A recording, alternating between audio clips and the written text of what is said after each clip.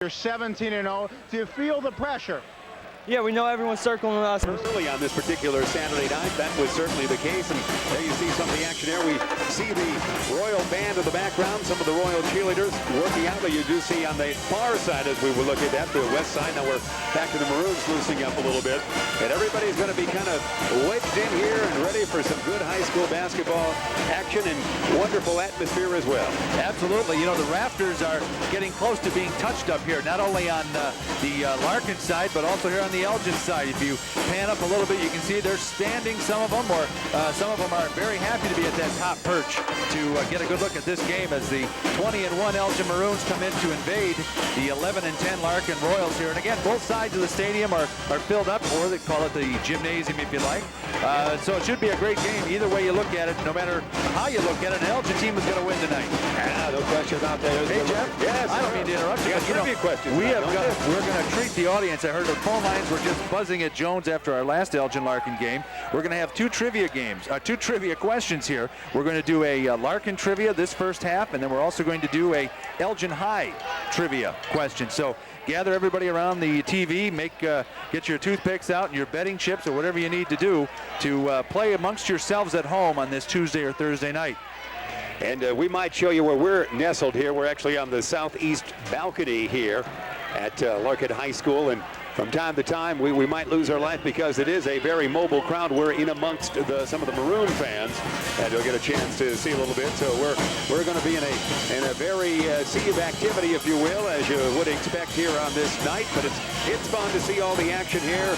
The Royals, of course, as we can talk about the future as far as this would be concerned for the Royals. They are seeded number 10 in the Hersey sectional. We know that now, John Prigge.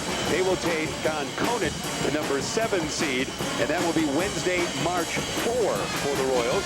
As you know, for the Maroons, they, of course, will take on the winner of Lake Park and Streamwood. They play on that Monday, which will be March 2.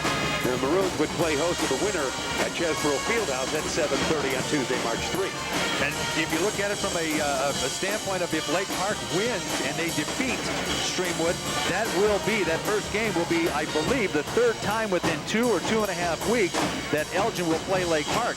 Lake Park thankfully adjusted their schedule so they could face the Maroons later in the year to accommodate the Maroons' very special invitation to play at DePaul University last January in the Hoops in the Loop tournament. So that's why you'll see two Lake Park games near the end of the season. And again, they may meet up for a third time in the first game of the state playoffs. Or perhaps a couple of the ball games to make good measure as well. The crowd continues to come in. The Maroons right there with Sean Harrington coming off the 6 for 21 shooting night, and really struggling a little bit in the last few games for Sean Harrington, who had a Northwestern's head coach looking at him on that Friday night, February 6th, and had a scout or two from Michigan. He's had lots of the big boys taking a look-see at this junior. He'll wear number 24. If you haven't seen Sean before, you'll want to be glued to the maroon uniform of Sean Harrington on this night. Not only that, but there was I'm sure a few scouts had their pencil and paper going on some of the other Elgin Maroon players, especially the sophomores, the outstanding sophomores, Marcus Smallwood and Marcus Howard. You know, always good to take a flyer on some of those guys. If you're a scout, you're here at the gym or wherever you're at, you're scouting the game, you might as well take notes on everybody. And I'm sure that those two names were probably written down somebody's scratch pad one way or the other. Yes, and that's what we're going to find out here as this contest will open up here a little bit. We're going to break in just a second here for the national anthem, of course. We wanted to show you where we were sequestered here before we get out of here. I don't know if we can before we go to our first break. Let's see if we can find out where we're at. I want to give you a bird's eye view here. We're on the rail. There we are. Can you see it? There's Al Hayes and a sea from the Titanic. You can almost see my eye. That's John Prigge on here right at home. I'm on the left, and we're up here balcony-wise. And can you pan back a little there, Al, because I want to see all the crowd that's right behind us. I don't know if we can see that or not. If you can shoot out just a little bit to give you a reason why we just might have claustrophobia before this particular night is out. There we are. We're waving. That's all that humanity right there. The body heat almost as much as Elgin High School here on this particular night. Almost as Elgin High School when Elgin is empty. I mean, that building that's true. It's the hottest arena around. We were looking for a comparison there, and that's what the excitement is, and that's what it's all about. This has been a wonderful season. as far as the fans returning to Chesborough, and now with the interest, of course, as always, Larkin and Elgin. It's great to have this arena all full capacity, if you will, as we get ready for this tilt, which was played on a Saturday night. Tell you what, we're going to take a 60-second timeout. We're back for the starting lineups here on Jones Intercable in 1 minute. Kind of come right into your television set at home as we see Michael Roth. Roth, of course, a senior guard, John Prigge, an ACT of 28. He's one of the very educated kids on a team that's got great education. There you see Sean Harrington, 22-plus points per game for the junior. A dream season for him, coming off a 6-for-21 shooting night. Jimmy Ebert. Jimmy will start and play only about 3.5, 4 minutes, John, but when he's in there, he gets some rebounds. He does. He'll start the first quarter off, and then usually at the 4-minute mark, he's replaced by Marcus Smallwood. Same thing with Michael Roth, the fine guard that we saw introduced first. He'll be replaced about the 4-minute mark, same time as Smallwood, by Marcus Howard. We saw Brent Gooden, the 12th leading scorer of all time in EHS history, and Matt Ludeman was wearing number 33. He is the senior and the other starter for the Maroons. All right, we'll hear how noisy it gets here as the Royals are now going to be introduced. There they are. Larkin is 11-10 on the season. And they, of course, are 3-7 in the conference. They're coming off a surprising loss to the Sabres at Streamwood, 39-38. Darren Carter, John, has had a season where he's missed as many as 4 games, I do believe, and hobbled in many others. 4 games for an athlete like this is probably 10 or 12 for us middle-aged broadcasters, as you would say, and that's just getting from our house to the car. But no, he's an outstanding, gritty senior, you know, with bandaged up and everything else. He knows this is his senior year, and he's got to go guts out, and he's been doing it all year long. David Solar, other guard, 6'2" senior. Denny Penrod also introduced. Now we're going to see also with the starting 5 taking place, John Alish, and we would also see that 5th Larkin starter, and we're going to have to stand up here just a little bit, but we're going to get ready for basketball action. It'll be cozy, but it should be fun right here on Jones Intercable, coming your way exclusive high school basketball action with almost the United Center motif there for just a moment. Feels like it, with a little touch of Chicago Stadium, yeah, if you know what I mean. Like the old days indeed, the structure that Jordan loved so much, and here we're ready to go. I'm going to see if I can get our Elgin staff member to let me see the court, and if not, we'll just going to have some fun here, and you should see lots of play amongst the students here. Far side on your television set at home, those are the Larkin fans. Near side, as you know the configuration here at Larkin High School, Maroon fans. They should have some fun. The Maroons are out on the court first. Here into your picture come the Royals. Looking forward to this game, and again, I don't think with the loss on the night before, the Maroons losing, takes anything away from the chance for Larkin to defeat Elgin here on this night. Absolutely not. I mean, Larkin has got a chip on their shoulder, not only from the last Elgin-Larkin game, but also tough loss last night against Streamwood. I'm sure has him coming in a little frothing at the mouth, if you know what I mean. I would think you are correct. Tip's going to be controlled by Sean Harrington. Sean will walk it right up there, and he'll bring it across that timeline. We'll never see this court, I don't think, here tonight. John Prigge, you'll see it at his home better than we will. Roth on the near side. Looks down. Out on top, Ebert. Ebert in the lane. Jimmy often scores that first point. Has it partially blocked, it looked like. And we will have that knocked out of bounds. And that's going to be the Royals inbounding. In doing so, make that the Maroons inbounding. Gooden to Ebert to Roth to Gooden. Gooden left of the lane. Bring it out, he will. No, he'll spin around, picks up the dribble. Dishes backwards now to Ludeman. Ludeman bounce it to Gooden. Good defense here initially by the Royals. Gooden spins around, puts it up and in on the power move by Gooden. The same thing that plagued the Elgin Maroons in the Friday night game against Waubonsee Valley, they're using now against the Royals. And a foul. As you see the fandom there for the Maroons respond, it's also a foul whistled against the Royals. Penrod gets that whistle. Gooden's going to go to the line. Gooden's coming off several very outstanding games in recent times against Streamwood and Barrington. This one's not good. Rebound taken down eventually by Darren Carter. Carter, the great senior with injury troubles this year, as we said. Good friend of Sean Harrington, of course he is. He's guarded here by Ludeman, as you see. Carter will go around to pick there. No advantage far side. He'll take one from the land of 3. No, sir. Rebound long, taken down. John Alish has got it. His shot up and in. 2 points for John. Johnny Alish, Johnny on the spot with that rebound and putback. Yes, he did a nice job on that. His first 2. 2-2 it is. We've got 6:55 remaining here, first quarter. Gooden, dribble drive, baseline 2 for under, not for Ebert. Pass, puts it up and in. Brent Gooden has a lot of arsenals, and one of the best things about the weapons in his arsenal is he's able to make nice passes. Carter, forecourt quickly. You see running, gunning, shot, no. Rebound taken down by the Royals. Put up and in, we'll give that to John. Johnny Alish again. He likes the assist from Darren Carter. Yes, indeed. He's got 4. 4-4 is the count. Here's Harrington, dribble drive for Sean. His shot, no sir. Rebound battle for taken down by Denny Penrod. Heel outlet near side to Carter. Carter bounce it, forecourt. Solar with the basketball. Brings it out the wing, says I'm going baseline. He's hit there on the way to the hoop. Whistle that foul against. Looks like it'll be number 24, Sean Harrington for the Maroons. His dad, Jim, tells everybody to box out and seal off that baseline.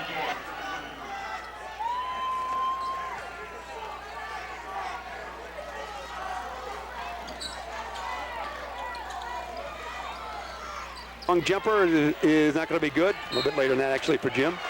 And knocked out of bounds, as you see, going right into your home. Harrington in that familiar posture of hands on hips. Maroons will bring it out. 4-4 is the count. Our sight lines here at Larkin High School. Not going to be able to see the game too much. You've got the best seat in the house at home. Unless you were here on this night. Ebert out on top. Spin it far left side. Ludeman. Ludeman whistle. Away from the basketball. Going to go against the Royals, I do believe. See what they whistled there. Fouls on number 32 for the Larkin Royals. That's David Solar. So they'll whistle that. It is indeed. Inbounding the Maroons will.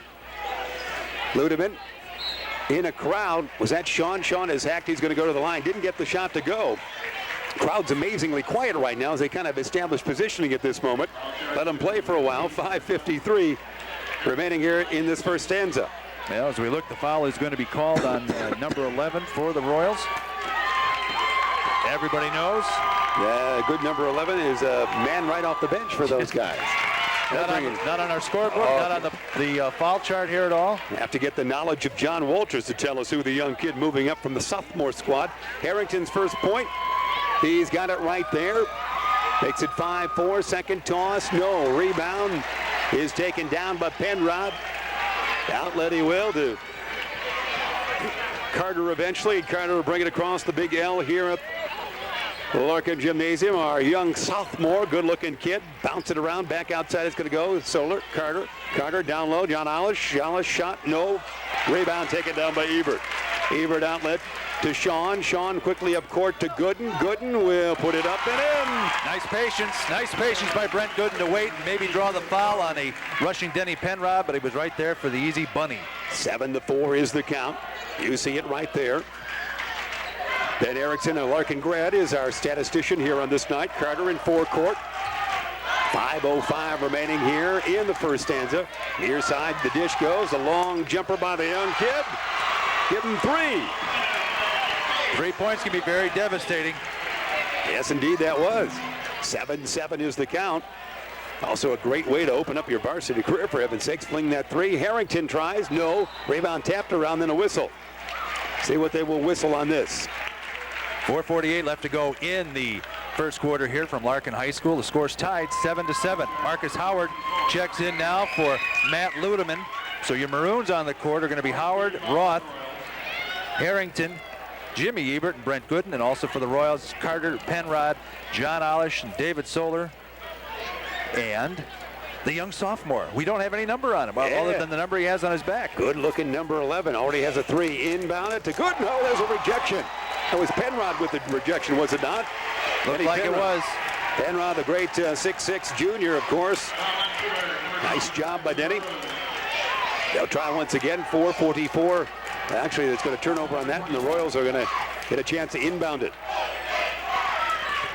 Solar's going to have it in backcourt. He's going to bring it across that timeline. A nice enhancement from the Larkin fan section on that far side. Out on top, you see the work of Carter and Marcus Howard. Howard, a defensive gem, steals it on his back, dishes back to Harrington. Harrington bounces it to Ebert. Ebert will have some trouble with it. Tie-up situation right there by Carter and Ebert. Arrows pointing towards the Royals. Well, Marcus Howard's quickness got the steal, and Darren Carter's quickness got the jump ball. So Carter will inbound at 4:23, first quarter remaining. Ebert is going out and Marcus Smallwood coming in. First time in a spell that both Howard and Smallwood didn't come on in simultaneously, if you will. Right. All right. We must get a chance to, we're not going to see that action down there, are we? We're going to, with the young sophomore, Alish. He'll spin it back now to Carter. Carter spin move, top of the key jumper, no good. Rebound tapped around. Coming down with it, who's got it? Battled for, everybody touches it. It's a melee down there. Alish right into your home screen, misses it, but he's fouled. Boy, he came right to our cameraman, didn't he? Boy, he sure did. Looks like Sean Harrington's going to be called for the foul. That's going to be his second foul. John Alish has done an outstanding job for the Royals this year, without a doubt. Not only coming off a successful football campaign, but doing a great job for Dom Canada this year. I like the way he's playing, and I know Dom knows this more than anybody else. He's just a junior. Yes, indeed. So John will go to the line. Alish, the senior, with 4 points on the night. Good look at old number 24 there. You see some of the banners hanging on the far wall there at Larkin High School. First one's good, 8-7. Royals lead. On a very loud, emotional, cramped night it is here at Larkin High School. Larkin and Elgin, 86 times these two teams have met. 55-30 is the advantage. Elgin in total games. Second one by Alish is good. And we're going to bring it down quickly. And with a basketball hot on top is going to be Smallwood. Smallwood to Gooden. Gooden down low. Underneath, puts it up and in. Great move for Brent Gooden. He now has 6 points, and it's 9-9 is the count. Backcourt, Carter. Lob passed over by Marcus Smallwood. Marcus, I thought he was going to jam for a moment. Marcus, there's a whistle somewhere. Did he step out of bounds on that steal, John Prigge? Well, I couldn't tell from here with the sight lines, but it looks like he may have, and he's talking to Jim Harrington, the referee is, explaining that call as if there's a question about it, but Brent Gooden saying not a bad play to take off on Marcus. Yeah, not too bad, showing a very aggressive attitude there with the steal, and he thought about the jam if it had continued through. We remain knotted at 9. 3:30, first stanza remaining. Larkin with the basketball. Royals out on top with it. Bounce it, John Alish in the corner, guarded by Gooden. There's Penrod running the baseline right side, and he puts it up and in 2 points. Nice job that time. Ludeman occasionally will shoot from outside to Gooden. Almost loses it out of bounds. Spin move for Brent. Power move if you see it. Missed the shot. Rebound tapped around. Alish with the board. He'll be fouled on the outlet. Well, Brent Gooden looks like he's going to be called for that foul. He's not happy with that. I'm sure Jim Harrington's not too pleased with that either. Not too much you would think here with 3:03 remaining in the first quarter. Royals on top, 11-9. Tape delay basketball coming your way on this night on Jones Intercable. Yours truly, Jeff Myers and John Prigge. This exciting game, of course, played on Saturday night, February 7th, the night after Elgin lost for the first time in the dream season, the miracle on Maroon Drive, we should say, and the first time they've lost this season. It's Westbrook with it now, just checked into the game. He's going to go to Ziesmer. Ziesmer dribble drive, no. Alish follow up and in. You see bodies collide. I think there's an offensive charge in that melee somewhere. Absolutely, that's what it's called, a player control foul here. So Elgin will inbound the ball here with 2:55 left to go in the first quarter. The Maroons down by 2, 11-9. Roth in backcourt. You see the defense he's going to look at there. He'll dish it to Gooden. Gooden into forecourt. Marcus Howard. Howard near side with a basketball. No advantage. He'll look. Spin around. Look. Now dish it to Marcus Smallwood. Tough pass there. Marcus, does he lose it? Something's going to happen out of bounds. They lost it off, going off of Larkin, so the Maroons will maintain possession here. Tough pass, sophomore connection there. Just didn't click. But again, credit the defensive ability by the Larkin Royals to kind of shut that pass off and forcing Howard to wait as long as he did before he could get a pass off. You see wall-to-wall basketball or humanity here tonight at Larkin High School, with a big crowd in the gymnasium and this court, we should say, right close to the players, if you will, and the fans. Not much margin of error there. You're out of bounds. You're almost headed to the wall. There's going to be a runner by Marcus Howard. No, too hard. Rebound battled for. It's taken down by the young sophomore for the Royals. Bullet pass down here to Westbrook, who puts it up and in. Great assist to James Westbrook. It's now 13-9, and they throw it away, the Maroons do. So they're rattled a little bit early. Well, I saw Elgin play the night before. They weren't sharp, and they're starting out that same way now. They're down 13-9. You usually don't see these many turnovers for the Elgin Maroons, especially on a bad pass after a bucket. So it will be inbounding the Royals. Carter with a basketball. Guarded by Marcus Howard. Bounce it down to Alish. Back to the basket. Here's a long jumper by Carter. No. Rebound long. Dustin Ekman for the Maroons. Outlet to Sean Harrington. Harrington stops, pops, land of three, swish. Sean Harrington on his way now to try and rebound from the slightly dismal effort he had last night against the Waubonsee Valley Warriors. But again, Darren Carter cold from the floor so far. Carter, lob it tall, down low. Rejected it is by Marcus Smallwood, but they're going to whistle a foul. Well, rejected by Smallwood, but the block, you know, again, that's why he's called the block monster. He averages just over 4 blocks per game, if I'm not mistaken, for the Elgin Maroons. But credit Clayton Thomas with the stick-to-itiveness needed to draw that foul. A lot of blood, sweat, and tears out there for Clayton Thomas, junior at 6'7". He'll get this first toss. He's going to toss it right into your living room. This one is no good. 1:46 first stanza remaining. 13-12 Royals on top of the Maroons. Thomas' second toss is good. Thomas now with 1 point on the night. 14-12 is the count. And they're going to bring it up. With it is Dustin Ekman. Dustin Ekman, slight trouble. Skip pass near side. Sean Harrington. Harrington the long jumper. Swish for Harrington. He now has 6 points. 6 points for Sean. And it's 14. Well, they're going to 15-14 the count right there. Maroons now on top by that margin of 1. 15-14. Was that a 3 from way outside? I guess that would have to be. There's a steal by Smallwood. He gets 7 to Sean. Quickly, here comes Sean Harrington. In a crowd, he's going to be fouled. Last time, in the great second matchup of the year last year, John Prigge, it was 41, was it not, for Harrington, 29 for Carter. Boy, he really lit it up that night. That was at Chesbrough Fieldhouse, and that was a great night for the Maroons and tough night for the Royals, although you hate to say a tough night for the Royals when your best player comes up with 29 points in a losing effort. Yeah, here's Sean shooting at the basket. It is good. I'm going to give him for 8. See if that checks out. That would check out, so that last was a 3 for Sean. He's got 8. Gooden's got 6. Jimmy Ebert 2 for the Maroons. Team total is 16. And it's 16-14. Elgin on top, 109. First stanza remaining. Second toss by Harrington. Swish. Now with 9. Wants to have a good game. He's had a couple of subpar games. Carter in backcourt. Again guarded by a young, outstanding sophomore, Marcus Howard. Far side with the basketball. Westbrook with the dribble drive, no advantage. Out on top to Thomas. They'll continue to work it around the horn. Near side with the basketball. That's going to be John Alish in the crowd. It's great action you can see down low. They try to get it down to Clayton. Back to John. He'll take a wing jumper, land of 3. Is it a 3? They're calling it a 3, Jeff Myers. Alish for Alish, who should say for 3. He's got 9 points. 17-17 the count. Harrington in forecourt. Is it final shot time now with 30 seconds on the timepiece? Looks like they'll open up the court. Gooden, far left side. Gooden cradles the basketball on the hip. He'll dribble a couple of times to keep it moving. Between the circles. Near side, there's a tough pass. Marcus Howard was touched by Carter. It would have been over and back, and a reach-in foul wrap around there by Carter. Last thing in the world I think the Royals want to do is start racking up the fouls here, no matter how many seconds are left on the clock here. You don't want to give Elgin a chance to reset when they're playing with the ball for a final shot and the score tied 17-17. No, you don't. Jimmy Ebert comes in and relieves Brent Gooden, and Darren Carter sits down as he's relieved by David Solar.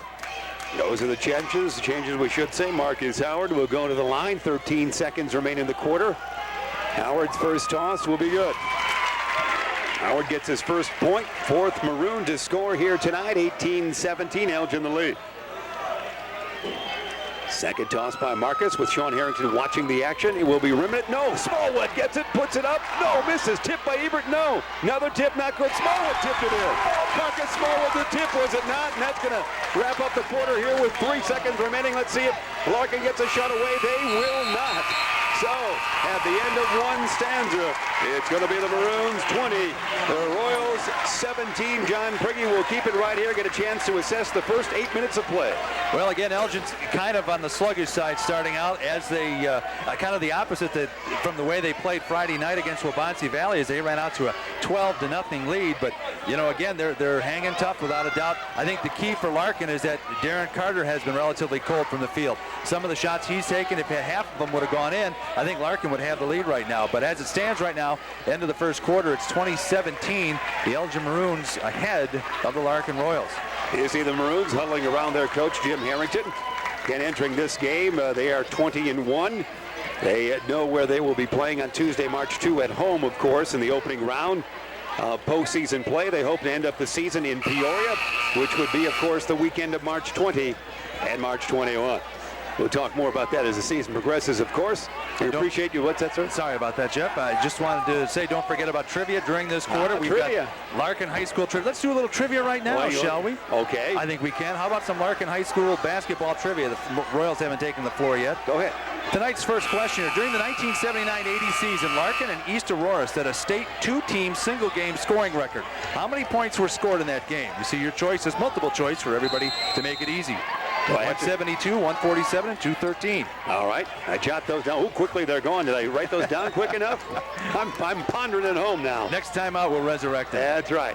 Harrington with the basketball. Smallwood. Harrington land of three. Left side. No. Rebound. Darren Carter. 20-17 is the count. Maroons on top. We've just begun second quarter action. Bounce it. Alish. Guarded by Smallwood. Popper. Fall away. Jay. No. Rebound. Penrod in the crowd. He's hacked by Ebert. You got a great look at that at home. Ebert across the arms that time of Penrod. He'll go to the line for two. Well, there's that gritty performance by John Alish, who takes Marcus Smallwood and decides, hey, I know how high you can leap, but I've got a shot that's got to get off. And again, Denny Penrod right there playing that baseline there, and that's what got him on the line as Ebert slapped him. I could hear it through my headphones, Jeff. Yeah, we've got that sensitive hearing. That's right. Penrod on the season, averaging 12.5 points a game. Outstanding junior. This toss, swish. Denny on the night now has 3 points. As John Alish has 9 to lead the way. You see the score right there. 86 time these two teams have been on the basketball court varsity-wise since the 63-4 season. Good-looking Penrod. Concentration level good. Toss right there. Nice job by Denny. 2019 is the count. Harrington bounced by Alish. Cross that timeline. Lob it. Marcus Smallwood. How about a wing popper? Top of the key, actually. This one's not good. Skying for the board was Carter. I was impressed at that height on that leap. It really was good. They changed roles totally. It should have been Carter the long J. And the rebound Smallwood falling out of bounds almost. It's going to be Westbrook getting that basketball. Brings it back out now. There's Jay stolen away by Howard. He's the defensive whiz. Howard in forecourt. No advantage. Dish it back to Ebert. Gallops the hoop. Jimmy, no. Rebound taken down by Westbrook. Watch this. Westbrook one-on-one with Harrington. Oh, fancy Dan there. Ends up out of bounds. Who lost it? Looks like it's going to be Elgin's ball, and that it looks like he went behind the back. No, I'm sorry to go off on the Maroons. Maybe Dustin Ackman. There's a timeout called by the Larkin Royals. The score 20-19. The Maroons leading with 6:59 in the second quarter. I think it's time to rephrase and refresh ourselves with that trivia question. How about that? Tenderhooks. I got to see it again. Let's see it. This is Larkin trivia. This will be our first half trivia question. If you're at home, think about this and maybe bet a small can of cola or something on it if you can. During the 1979-80 basketball season, Larkin and East Aurora set a state two-team single-game scoring record. How many points were scored in that game? This is both scores for Larkin and East Aurora combined. What were the exact totals? All right. 172, 147, or 213?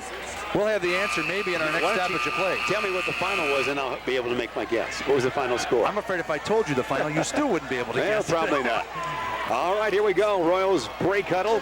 They trail by 1. 6:59, second quarter remaining. Inbounding Carter. Out on top now. Dale working around the horn. Solar. David, dribble drive. Dish it now. Well, we hear a whistle before anything happened here. Going to whistle that on some Maroon. You make the call. Maybe Dustin Ackman. Let's see how it's called here. 30, Dustin Ackman.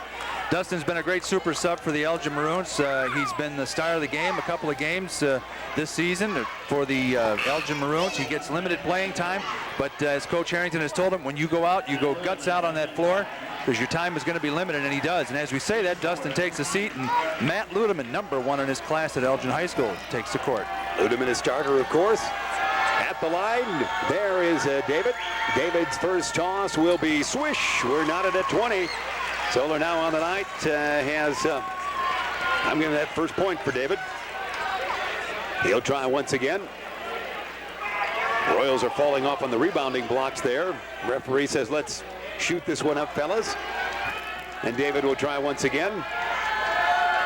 Well, how does he keep that part in his hair all day? That set is immaculate. Ronald Reagan-esque hair, and you're playing a basketball game out there. Must be some Brill cream in that house, huh? So, good-looking young man. I can't keep my hair neat up here in this throng. I gave up 6 years ago. That's right. You just packed it away to Florida. I saw that. It's going to be Howard. Good. Down low. Small one. Reverse. Yeah.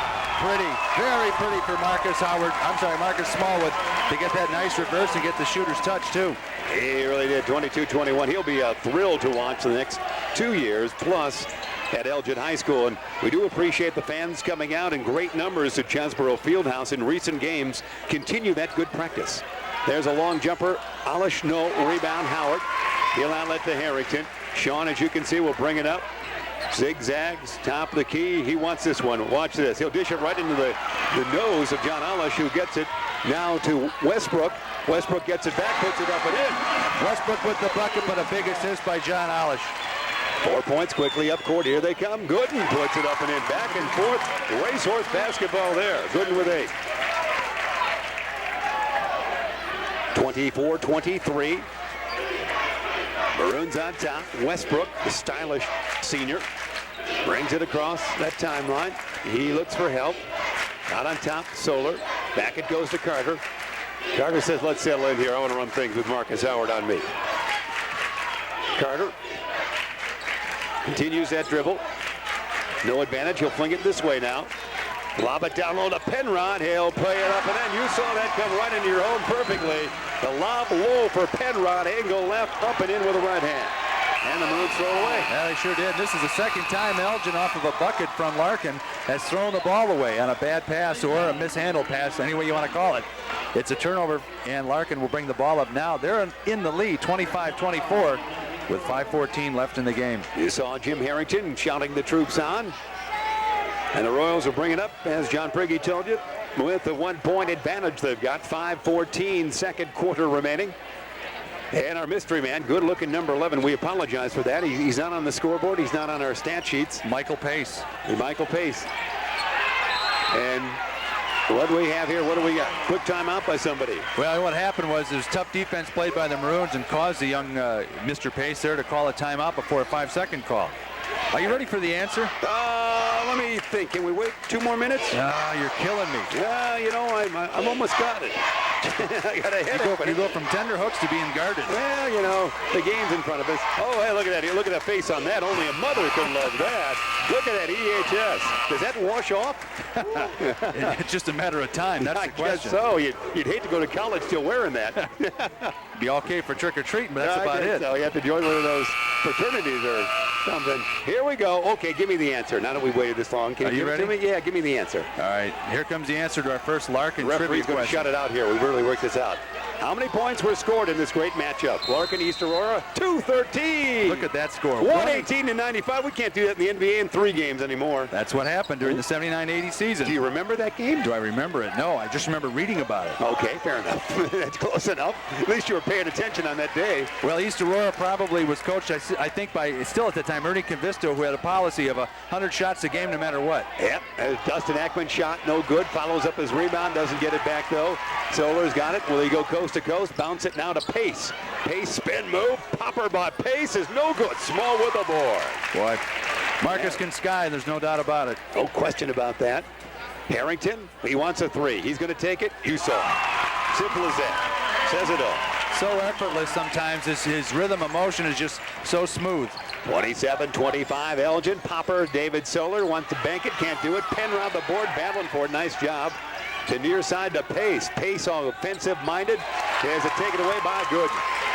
Backwards the dish goes to Sean. 4 minutes remain second quarter. Maroons on top. 27-25. Harrington landed 3. Another one.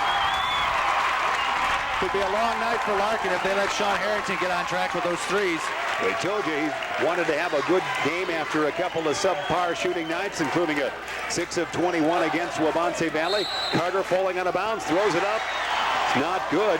He's fouled before that shot that went in. Boy, if you ever wanted to have a foul called on that shot, on any shot, it would be on that shot. What a pretty fall-away jumper from well behind the baseline. It was indeed.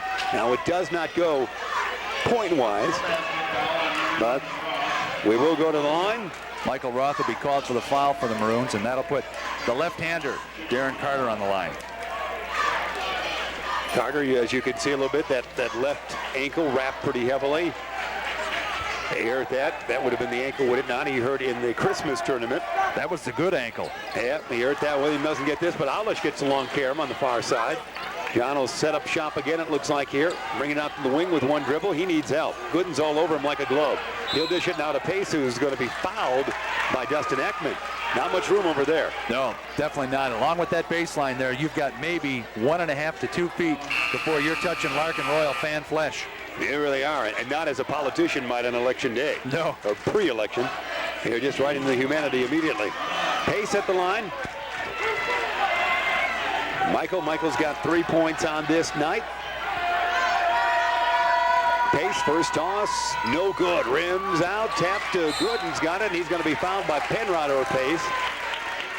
On the rebounding position there for Big Brent.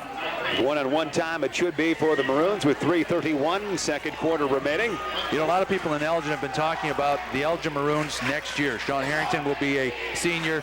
Marcus Howard and Marcus Smallwood will be juniors. But take a look at this Larkin team. This is a team that I've had my eye on since last year with the likes of Denny Penrod and John Alish. Penrod is a junior, and he's playing he's having a very good season this year. I think much better than last year. Well, you can tell that in the team record. But John Alish is a key. Oh, Westbrook misses that. Rebound Smallwood. How did Westbrook miss that layup? Outlet to Sean Harrington. Maroons are up by 5. Harrington's been hot in this quarter. He's got 15 points on the night. He heads for the lane. Dish it off. He will to Gooden. Gooden brings it back out now. Skip pass. It goes Sean. Sean Popper. No. Rebound taken down by Outlet. Rebounds his own teammate Penrod for that. Outlet will go to Carter. See how they play it this time. Across the timeline, the LUC here at Larkin High School. Roth on defense. It is going to be picked up by Carter. Down low to Penrod. Penrod will wing it now. Alish can't get the shot away. Back out it goes to Carter. Carter a leaner. Banker, no. Rebound. Tap to our cameraman almost. Boy, that was a scene from Batman. Al Hayes is going to get duty from MASH, I think, before this is over. The action goes back the other way, and the Royals foul a Maroon. That was action right there. Boy, it sure was. That's the name of the game, having our cameras positioned at the strategic points of the field here. Thank heavens there's only about 4 feet before you're out of the field house here. And I say field only because there's a lot of bumping and banging around here and a lot of diving for, looks like passes. Johnny Alish, going for a long pass and just tripping himself out on the sidelines of Memorial Field. That's right. Seems to be that way. Roth is at the line. Mike's first toss doesn't score all that much. Misses this. Tapped around. Smallwood puts it up and in for 2. Smallwood with 5 on the night. 32-25. Maroons on a run here as they enter this quarter, leading 20-17. Penrod with it. Westbrook guarded by Ludeman. You watch this one-on-one play here. They'll dish it now. Just angle left. There's going to be a jumper. That is Johnny good. Alish hits that. Again over Marcus Smallwood. Double figures now with 11. Ends a drought by the Royals. Sean Harrington. He'll dish it now. Marcus Smallwood with it. Shot, no. Rebound. Everybody kind of stood around that time on the Jade that was short by Smallwood. I could have rebounded that maybe. From here. Yeah. It's going to be Carter. Carter, dish it to the nose of Penrod. He falls down, jump ball situation. Arrow should be pointing towards Elgin, should it not? Towards the Royals, as we said. They'll retain with 32-27 the count. Maroons, 1:53, first half remaining. And Clayton Thomas for the Royals checks in, and Marcus Howard checks in also as well for the Maroons. Inbounding Carter, Penrod near side. Out on top now. They'll work it around. Westbrook. Back it goes David. David looks to go to Carter. Taking their time with 1:40 on the timepiece. Trailing by 5, the Royals. Near side, Westbrook. As we look at it at home, you can see James. James goes now with the dish to Carter. Carter dribble drive on Ludeman. Shot, no. Rebound, Matt. Nice defense by Matt. Now let it will to Sean Harrington. Harrington across the timeline. He wants this one again. Harrington hippity hop to the hoop. Off balance shot. Yes, and he's fouled. Well, Sean's got to be happy about that, as you can tell by his reaction. That's probably the first time he's driven in the paint, scored the bucket, and gotten a foul called on him in the last 48 hours. Had a very tough night against Waubonsee Valley Friday night, and where he was tough. It was tough for him all night, not only from shooting from the field, but also driving. Makes it 34-27 here. Harrington's got 17 points. He'll go to the line. Sean's average is about 22 plus now. And here we go. There's a good look at number 24. He's going to shoot into a basket just above his head there, and it goes. He's got 18. Sean's coming out, I think, for a cameo, is he not? Yes, he is. He's coming out. Michael Roth steps up and goes in for Sean Harrington, as Harrington will find a seat on the bench here for maybe the last minute 23. He's going to sit down, take a little sip of water. 35-27 the count. Solar across the timeline. Carter lob it, Penrod, you see, was that partially taken away? Blocked by Gooden, it was. Then he looks to the official and says, did you forget your whistle? Lost the P. It's going to be Roth with the basketball. Mike, bounce it now, Ludeman. Back outside to Smallwood. I don't think they can hold it for the final minute, but you never know. Marcus Howard, no, there's my answer right there. Howard for three, no good. Rebound long, taken down by Carter. Tracks it down in the gallop like a stallion is Darren Carter. Nearly double dribbles. In a crowd, he'll dish it down low. Shot not good by Clayton Thomas. Rebound. Smallwood and Howard in tandem. Now final shot time for the Maroons. 33 seconds remain. They're up by 8. Here as we near the completion of the first half. That's going to get the Maroon fans in front of us standing up. Well, you're seeing some of the bobbing heads right there. Some of the applause. Everybody will stand, so even these aged legs will do so. Down to 16 seconds on the timepiece. Howard goes to Roth. Roth with 10 goes to Gooden. Gooden cradles the basketball with 8. Gooden wants to shoot. Gooden left of the lane. Gooden will lean in from 14, partially blocked by Thomas, taken down by Westbrook, and that is your first half right there. At the end of the first half of play here in the 86th meeting between these two schools, it's going to be the Elgin Maroons 35 and the Larkin Royals 27. Tell you what, we're going to take a 60-second timeout, and we're back for second half play right here as we get ready for second half action here on Joe's Dinner Table. Our special Larkin and Elgin encounter, which was played on Saturday night, February 7th. We replay back here for you on Channel 4 and Elgin and South Elgin. Yours truly, Jeff Myers, along with John Prigge. And John, in that first half, Sean Harrington coming off kind of a subpar night on a Friday night as the team lost to Abonzi Valley. He's rebounded nicely, if you will, and had 18 points. And take a look at what Larkin has done team-wise here for the Royals. They scored 17 points in the first quarter and then 10 here in the second quarter. But I think probably the most significant thing for the Larkin Royals has been the cold shooting of Darren Carter. As we said after the first quarter, if Darren had made, let's say, half of the shots that he's missed, I think Larkin would be ahead. Same thing I think holds true here in the second quarter. But that's the bad news. The good news is we've got a whole other half to play here. And maybe that's what Dom Canada told his team. He said, let's start off maybe he's saying, hey, the second half is an all-new game. It's just a smaller clock. So the game is 35-27. Elgin leading the Larkin Royals, but the game is, nobody is dominating this game at any stretch. Did I ever think one team really had any big waves of momentum here, Jeff? No, it really wasn't that way, although in the early moments of the second quarter, Harrington got very much offensive-minded. Came out, hit a couple of threes, and that kind of opened up a lead, if you will. Stretched that just a tad more.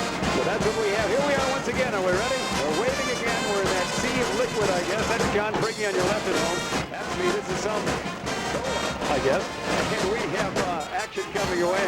We're nestled in here. As you saw that right there, it's 35-27 at the half.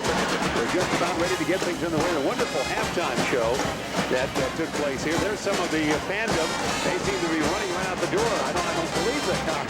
Suddenly they moved away quickly. Maybe they call the 50-50 raffle numbers. It's a stampede, Ringo. I'm not sure what's happening there. You saw Dr. Nick, the team physician. You see folks coming back to their seats. You see the Maroons, Jimmy Ebert, Sean Harrington, Matt Ludeman breaking huddle and getting ready for this second half. And how much this old barnyard, how much do we hold here? I really don't know. I'm going to say it's going to be less than Elgin High School. It would be that. But would 2 be too much, or would 1,800 be too little? Or? I think maybe 23, 24 probably wouldn't be out of the realm of possibility. All right. So that's where we are. Now you see some of the folks there on the balcony where our camera is settling back in.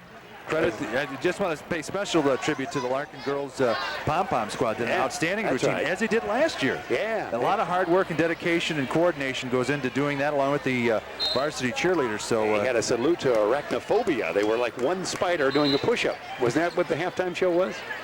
It didn't look like that to me. Well, I don't know what it was then. It looked like some kind of festive moment. Here we go. As some of the fans will be settling in here. There we go. It's going to be the Maroons. As you see them right there, Sean Harrington is going to come into your camera in just a second here. It is going to be Gooden. There's going to be a long jumper. That was Roth. Mike Roth with the three-angle. Uncharacteristic for Roth to start off with a three, that's for sure, so early in the half. No question about that. He's taken a free throw here tonight, but again, he doesn't shoot all that much. 38-27, Harrington almost the steal.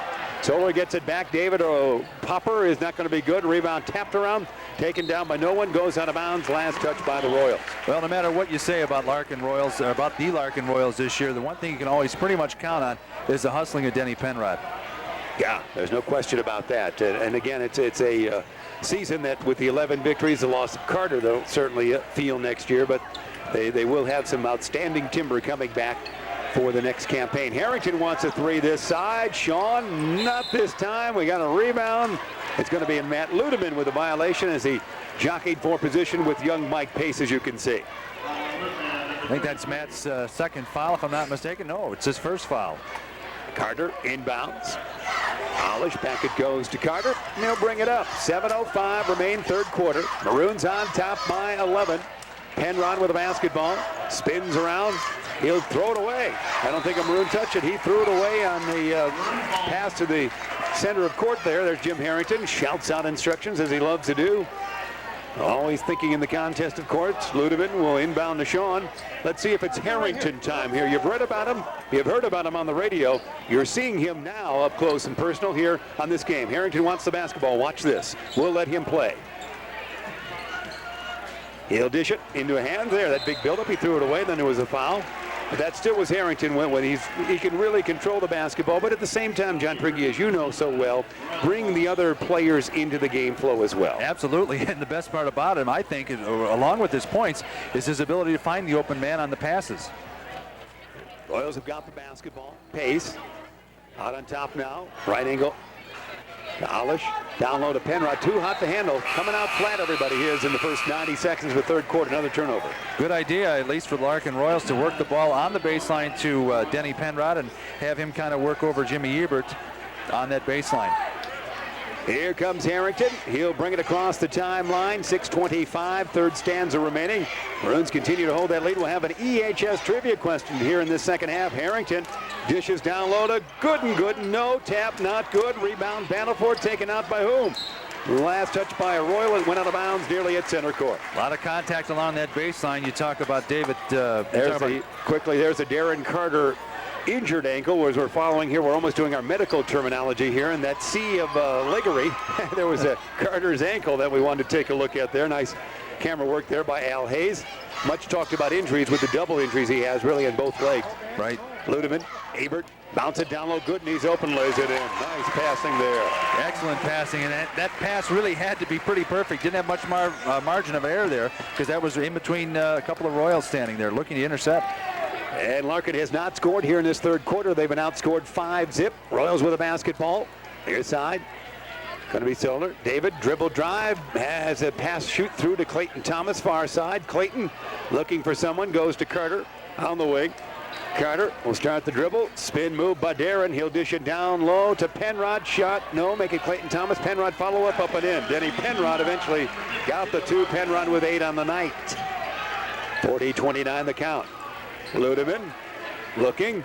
In a crowd, you can see that jockeying for position. We have the best camera angle here at Larkin. Here's Gooden right to you. Gooden, has it rejected there. Boy. Hey, how about that for a little smash mouth basketball? Clayton Thomas just rejected it, sent Gooden down to the floor, and they called a foul on Gooden. And Brent Gooden talking to the referee about that as well, lobbying what the story is. Boy, that's you heard the smack of the ball, you heard the contact, you heard the thump on the floor, and Elgin called for the foul. And then some conversation after that. They're mopping up a wet spot, we should say, not using a royal blue towel or maroon towel, just the sneakers. And Gooden even talking to Thomas as they were lining up for the inbounds. And here we go. 48-29, full house here at Larkin High School. Maroons on top by that margin. Solar with a basketball. David heads for the near corner. Looks. Dish it out on top now. Carter, land of three. No good. Rebound. Gooden. Gooden to Sean. Harrington, far side, brings it up. Is it Harrington time this time? Harrington ends the dribble. Bullet pass down low. Goes out of bounds. Last touch by a Royal. Tapped away by Denny Penrod out of bounds, and the Maroons will reset with 4:43 left to go in the third quarter. The Maroons with a 40-29 lead over the Larkin Royals. We hope to talk it over with Coach Jim Harrington, maybe even Sean Harrington you see right there at the end of this game, and maybe a Royal or two as well.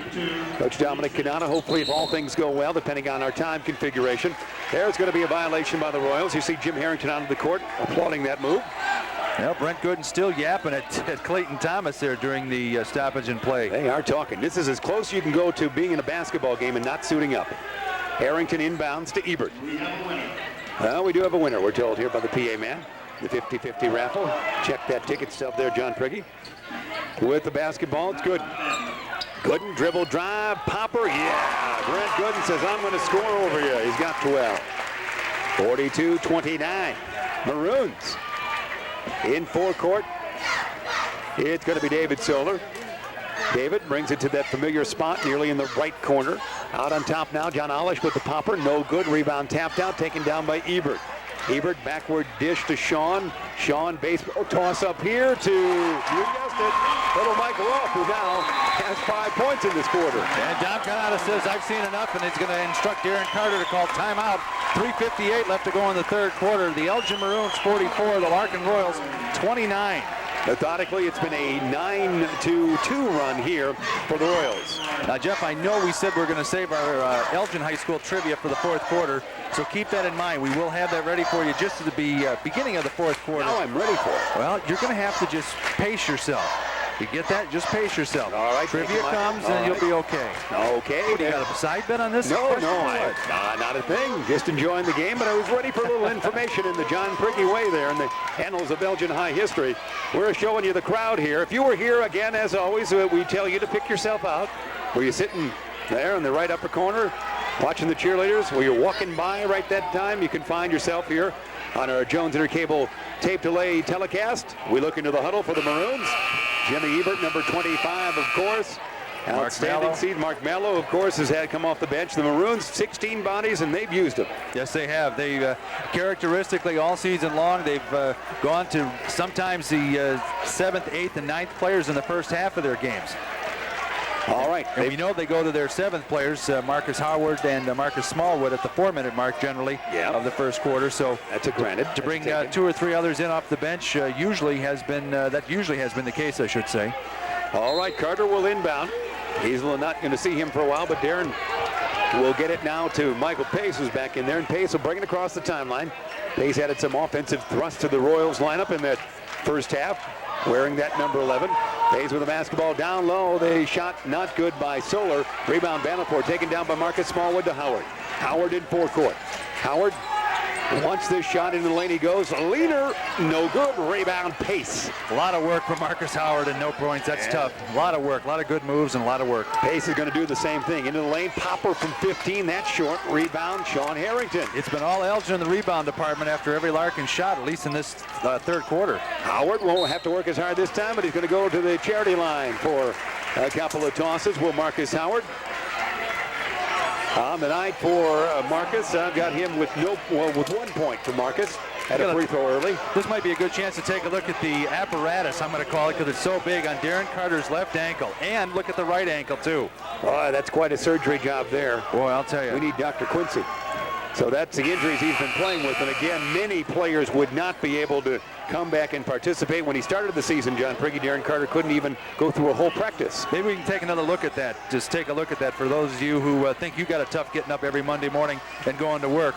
Take a look at Darren Carter's ankles if you can. Yeah, well, out of that they tossed a charity toss and that shot went away. Or John Olish's gut, whatever it was. Cecil B. to Prigge on that one. We couldn't set that shot up. What, we had a free throw there. Howard's got two, 45-29. There's a spin move by Solar in the lane. No good. Rebound taken down by Smallwood. Loses it. Westbrook's got it back. James and Smallwood battle. What was called here? Well, it I'm looks not like sure. It's going to be called on the Elgin Maroons. It looks like Marcus Smallwood. And Larkin will inbound the ball underneath their own hoop. That was the first chance at a rebound Larkin's had, or possession, after a missed shot this quarter. Carter to David. Out on top, Westbrook. Watch the fancy dribbling of James Westbrook. Want to get him to that charity line because he's so fashionable to take a look at with those charity tosses.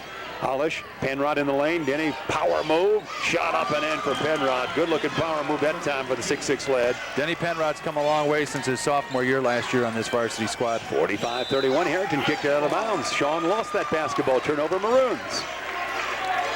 Well, with the score 45-31 with 2:39 left to go in the third quarter, if Larkin's going to try and put something together on a methodical and slow procedure, they're going to have to start kicking it in gear right now. All right. Solar will bring it across the timeline. He's in forecourt. Near his side, it's going to go to Westbrook. Got it by Michael Roth. Westbrook brings it out to the wing. He'll dish it now out on top of the key. Goes to David. Back right to Carter. Land of three. Darren. No. Rebound long. Taken down by no one. Michael Roth falling out of bounds. Or going out of bounds. He's trying to keep it from going there, and it's going to be Royals basketball once again. Tough night for shooting for DC, that's for sure. Darren Carter, number 10. Carter will inbound. Looks. Tosses. Goes to Solar. Got it by Roth. David looks, wants to get it to Westbrook and does so. Westbrook one-on-one with Harrington. Spin move. Westbrook forgets the basketball, goes back, picks it up in a crowd, force it up. He's either fouled or jump ball situation. Good clean defense. It's going to be a jump ball call, and it will go back to Larkin on that possession. Good clean defense by Sean Harrington. Laid off on the body, played all ball, and referee saw it from cross court. That was a flat-footed jam. I don't think he ever left the court. He just put his left hand up there and blocked the ball of Westbrook. They went up simultaneously. That's knocked out of bounds. Everybody's had a chance to touch the basketball on both sides of the teams on this offensive possession for the Royals. Looking to inbound. They'll lob it now to Westbrook. Westbrook again one-on-one with Roth. Out on top of the basketball, John Hollish now. John dribbling. He's guarded by Gooden. Bounce it near side to Carter. Lob it. Penrod. Denny. Power move once again. Not this time. Air ball. Marcus Howard the board to Sean Harrington. Harrington. Baseball toss. Smallwood jams it. Smallwood the jam. He missed it. He missed that jam. It came out. I can't believe it. I thought they went up and down. That'll get the Larkin fan up. Then there's a long three. That's a three by Carter. Well, two unusual situations. Marcus Smallwood missing a jam and Carter hitting a three in this game. That's Carter's first points. Is that right, with three? Thought Smallwood got that. Didn't get it. Came back out on the rejection, if you will, by the hoop. And that started things the other way. So that's a momentum going the other way. There's a nice block by Penrod, but Gooden gets it back. Gooden's dribbled down the hoop. Smallwood knocked away. Larkin comes alive here with 1:05, third quarter remaining. 45-34, Maroons on top. Carter with the basketball. Carter land of three. Swish back-to-back threes by Carter. 6 points for DC in a very close proximity of time. 45-37, 50 seconds left. Yes, indeed. Here's Harrington. Can he answer with a three? No, it's short. Rebound battle for Smallwood. Had it, lost it. Penrod's got it. Penrod just took his junior body and said, "Get away from me, sophomore." Hollish will take a wing popper from 15. No, that was a tough shot. Rebound good, and that slowed down the momentum a little bit as John off balance with that shot. Gets the air ball chant once again as the Larkin fans play off the Elgin High fans. Final shot time, third quarter for Elgin. They lead by 8, 45-37. Yeah, you're looking at an 8-point deficit, and Elgin's so good at holding the ball.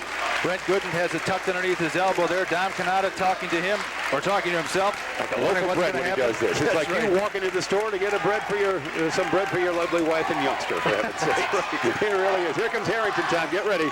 Sean, a leaner. It's no good. Tapped by Smallwood. No. Tapped out. Harrington flings it. No. And that is the end of the exciting third quarter there. Looks like the Royals were dead. They came back when Smallwood missed a jam. Ignited Darren Carter to say, "Stick it in my face. I'm going to give you 2 threes." And from that point, Larkin got back into it, and it's 45-37.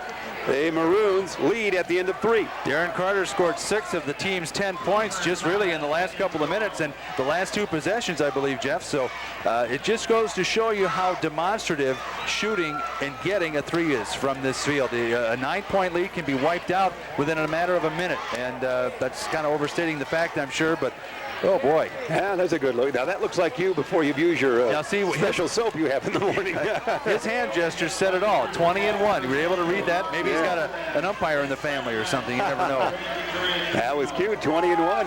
Hey, this is fourth quarter time, isn't it? Yeah, was I that think trivia it's time? I think it's time. It might be for Elgin High School trivia. First quarter, or first half, I said.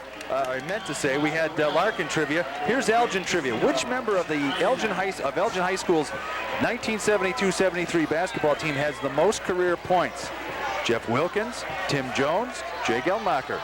Remember that team? Jeff Wilkins went on and played professional ball for Utah, then went over to Europe and played. San Antonio a little Tim bit. Jones is an assistant coach here. He played at Michigan, assistant varsity coach to Dom Canada. And Jay Gelmacher, part of that great team on the front line, that very big front line for the Maroons in that year. Who has the most career points in Elgin High history out of those three? Lob it to Sean Harrington on the inbound. And Harrington finally gets it after all kinds of tomfoolery. Harrington across the timeline. Sean on this night as we talk with you has 18 points. He was shut out in that third stanza the way I see it. Harrington, basketball above the head. They want to get down low to Smallwood. Harrington brings it back out. Sean on the right side, guarded by Carter. Great matchup here. Harrington to the hoop. Shot up and over his foul. Tough shot to make, but boy, you got to capitalize it when you're trying to get a team off the court. Sean Harrington will go to the line now. The score is 47-37, 7:38. We're just underway here in the fourth quarter. I think you're right, Jeff. I think the Maroons do want to try and work the ball down low to Marcus Smallwood to try and get some easier buckets than what Marcus has had a chance to get to so far. Good look at Sean Harrington, the youngster who addressed the Rotary Club back on a couple of Mondays ago. And now it's 48-37 with that count. 7:30 remain. It's going to be across the timeline. Here comes Carter. Carter wants the shooting here. It's going to be shooting by Harrington and Carter. You would think in the fourth quarter, going to be a foul by the Maroons. Foul will be on number 22, Marcus Howard, for the Elgin Maroons. Larkin will reset in front of their own bench right now. Carter will inbound. Carter inbounds. Now gets it back, does Darren. Darren's shooting time here, you know that. Carter wants to go around to pick. Any advantage? He's going to find it. Oh, has it stripped away. Howard to Harrington. Great D. Good way to redeem yourself on a foul, make a clean strip and get the ball back. Here comes Harrington. Shot time for Sean. No, they want to get the alley-oop down low to Smallwood. Couldn't do it. Out on top, Ebert. Ebert to Howard. Howard, runner. 15-footer, we should say. Air ball. Clayton Thomas the board. Out to Darren Carter. Fans calling for a foul on that play. Carter to Westbrook. Westbrook leans to the hoop. His shot rejected by the block monster Marcus Smallwood, but before that there was a violation. Let's take a look and see where that foul is going to be called on. We'll have our director Herb Wetstein have the replay for us. Shouldn't have any problem. 48-37 is the count. I didn't see that one. I want to see that one more time. Do your fancifulness there. There it is again. Doctor, go ahead. Yeah, we're back. Darren Carter's ankle, the most talked about ankle since, I don't know, Monica's. I'm not sure. Here we go. Since the second quarter. Yes, indeed. It's going to be Westbrook at the line. First toss good. Royals are knocking on the door. Somebody you know personally? I just trying to be topical at the same time. I don't know. 48-30. There's the Westbrook rumble we like to see, where he puts it behind the back. Smallwood the board. Outlet to Harrington. Harrington will bring it up. 48-38 is the count. Harrington with 20 points on the game. 21 make that. Sean with the basketball. Now to Dustin. Smallwood. Watch this dribble. Spin move by Smallwood. Pumper is short. Rebound taken down by Ebert. Out of bounds it goes. Last touch by Royal. Score here, 48-38, 6:33 left to go in the fourth quarter. And Elgin will inbound the ball underneath their own basket. Going to have to answer that EHS trivia question here in the second half. Slap of the pumpkin by Sean to Ebert. Ebert on Penrod. Watch it come into your living room. Ebert down low to Smallwood. Oh, how could you miss it? And then the ensuing action we missed. But there was a violation by the Royals. Tough situation. I know Jim Harrington is probably going to be talking to Marcus after the game saying, you know, when you get in 6 or 8 feet, you got to make those shots. And I think that's what's, that along with a few other things, along with Darren Carter's explosiveness so far at the end of the third quarter, is really what has only kept this a 10-point game. It is going to be Marcus at the line. First toss, swish for Marcus Smallwood. Marcus has 6 points on the night. His average is 7.6. 49-38. Maroons on top. 6:25 remaining here in the fourth quarter, we should say. This toss is good as well. So it's 50-38. Last time the two teams met back on January 9, it was 61-46 Maroons. Westbrook with the basketball. Around that kick by Penrod, Westbrook leading towards the hoop as he always does. He puts it up and in. Nice play by James Westbrook. Started at the top of the key, just on this side or close to the half-court line, and decided to take it in all himself. Sean Harrington shouts out the instructions you can see. Let's see what he does with it here. Right up by David Toller. Sean's taking it all the way himself. Swish. Easy as that. Can you map that out? Harrington with 23. Smooth as silk. Yes, he is. 52-40 is the count. Bringing it across the timeline. Here comes Darren Carter. Carter, a leaner, off balance. The whistle blew before then. Let's see what it was against a violation of some sort by Elgin. Yeah, looks like it's going to be called. Is that on Marcus Howard? I'm not sure. I guess it would be. I guess we can't see the foul situation. Not working the foul board anyway here tonight at Larkin. And Darren Carter will go to the line. Darren Carter, except for that brief output he had of the threes, has been quiet here offensively tonight. Well, Brent Gooden substitutes for Jimmy Ebert right now, so 5:47 left to go in the fourth quarter. The Maroons with a 52-40 lead over the Larkin Royals. Carter's first toss will be good. He has 7 points now. It's 52-41 Maroons. We're going to have the answer to that trivia question in just a few moments. We hope to talk it over with a coach or two and a player or two on our post-game extravaganza here on Tape Delay Basketball. Jones Intercable. Here's Julie Jeff Myers and John Prigge here on Channel 4. Second one good by Carter. 52-42 is the count. Maroons lead by 10. Harrington walks it up, greeted defensively by Darren Carter. Harrington headed this way. Picks up the dribble. Goes near side with the pass. Now Gooden down low. Back to Dustin Ekman on the wing. Back it goes down to Gooden. He's double teamed there by Carter, and Penrod, as you can see, brings it back out. Says, I'm going to spin around here a little bit. Now it's going to go to Dustin. Back to Marcus Smallwood. A jumper by Marcus Smallwood. What's his range? We're not sure. That's exactly right. Maybe Marcus was too close to the bucket to score, so he's backed out about 12 or 15 feet and swisharoo. 54-42. Solar with a basketball. Clayton Thomas out on top. Looks around. He'll dish it one time. Dribble now. He's going to go back to James Westbrook. He'll lean in. You know that for sure. In a crowd. His shot, no, but he's fouled. This might be a good opportunity here with 4:59 left to go in the fourth quarter. A shooting foul now called on the Elgin Maroons. Marcus Smallwood. Can we review our Elgin High School trivia question here, young Ben? Yes, we can. Which member of Elgin High's 1972-73 basketball team has the most career points? Either Jeff Wilkins, Tim Jones, or Jay Gelmacher. You got a guess? Here comes your answer. No, it's Tim Jones. Are you surprised at that? Look at that. Jeff Wilkins goes on to a pro career, and Jay Gelmacher scored a ton of points as well. But Tim Jones, the assistant coach to Dom Canada, is the leader. He's overall, I believe he is number, and I will check, he is the 21st all-time leading scorer at Elgin High School with 751 points. Can you believe it? That's amazing, and something that everyone would know. He saw action as a sophomore, so take a look. So the question was kind of a trick question in a way. Ah, you're kidding me now. Well, he was a member of that team. All right, this is good. 9 points for Westbrook. 54-44, you see the score. 4:59 remain here. If you're watching this on Tuesday night, February 10th, you can see this contest one more time Thursday, February 12th from 6 to 8 on Jones Intercable and Channel 4. That's Sean Harrington with the basketball. He'll bring it up. Harrington on the night now with 23 points. Knocked away. Sean gets it, flings it. Marcus Howard, land of three. No. Rebound taken down by Michael Pace. Pace, outlet to Westbrook, throws it away to Sean. Sean in a gallop in forecourt. Sean with the left now, right in a dribble. Oh, the basketball gets away, but he trucks it down with a long body. Goes back across the timeline. That's going to be an over and back, I guess. Although Sean says Westbrook touched it. That's going to be the disputed call here. The fans are a little upset along with Sean Harrington, and Jim Harrington probably barking a few things out there. Now it's hard to tell from this shot if he's mad at his players or if he's mad at the referee. Well, I got a feeling he's mad at the referee the way he's pointing to the half-court line. It's going to be inbounding. David does to Darren Carter. Again, still within striking distance of the Royals, trailing by 10 with 4:25 remaining. Bounce it, John Olish back to the basket. Spins around, thinks about it. Jay doesn't do it. Spins around the other way again. Backward dish, it's going to go to David. Near side with the basketball now to Darren Carter. Spin move on Darren. Darren off balance. He's fouled somewhere. Probably in the act of shooting, going to the line for two. Tough foul. Marcus Marcus Howard's going to be called for that foul. With only a 10-point deficit, you've got shooters like Darren Carter on this team, John Alish, although he's been very quiet since the first quarter. The 10-point lead can be wiped out just like that, without a doubt. And, you know, again, for the Elgin Maroon fans, you have to realize you're not on your home court here. This is a strange environment, the closest strange environment, but nevertheless, you're still on somebody else's court. Carter's first toss is good. He's got 9 points, all taking place here in the second half for Darren.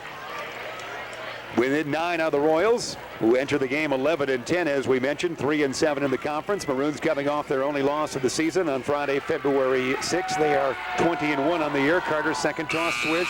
He has got 10. Substitutions will come in. Carter out and Pace in for Dominic Canada's troops. A key thing to bring up at this time, I think, Jeff, is that Elgin has 9 team fouls to Larkin's 4, so it's going to be bonus time every time. And I think Dom Canada is probably saying, reminding his players to play flawlessly just so they can get back on the line. Gooden in forecourt. Double teamed right out there is a hack of some sort, Westbrook or Penrod. It's on Denny Penrod. Picks up the foul. Not in the bonus yet. Maroons will inbound near side at center court. They do so. Ludeman does that. Backwards dish. You can do that in high school. Tosses it back across the timeline and then re-enter forecourt. Sean Harrington. Lob it now. Gooden looks around. Backwards dish to Sean. Sean dribbling your way. Spin move by Harrington. Up and in. You cannot leave Sean Harrington alone either from the three-point line or definitely along that baseline either. Westbrook. James will stop and pop from 16. It's not good. Rebound Smallwood with the tall jump. In a crowd, he's tippy-toeing. One dribble, bullet pass. Sean.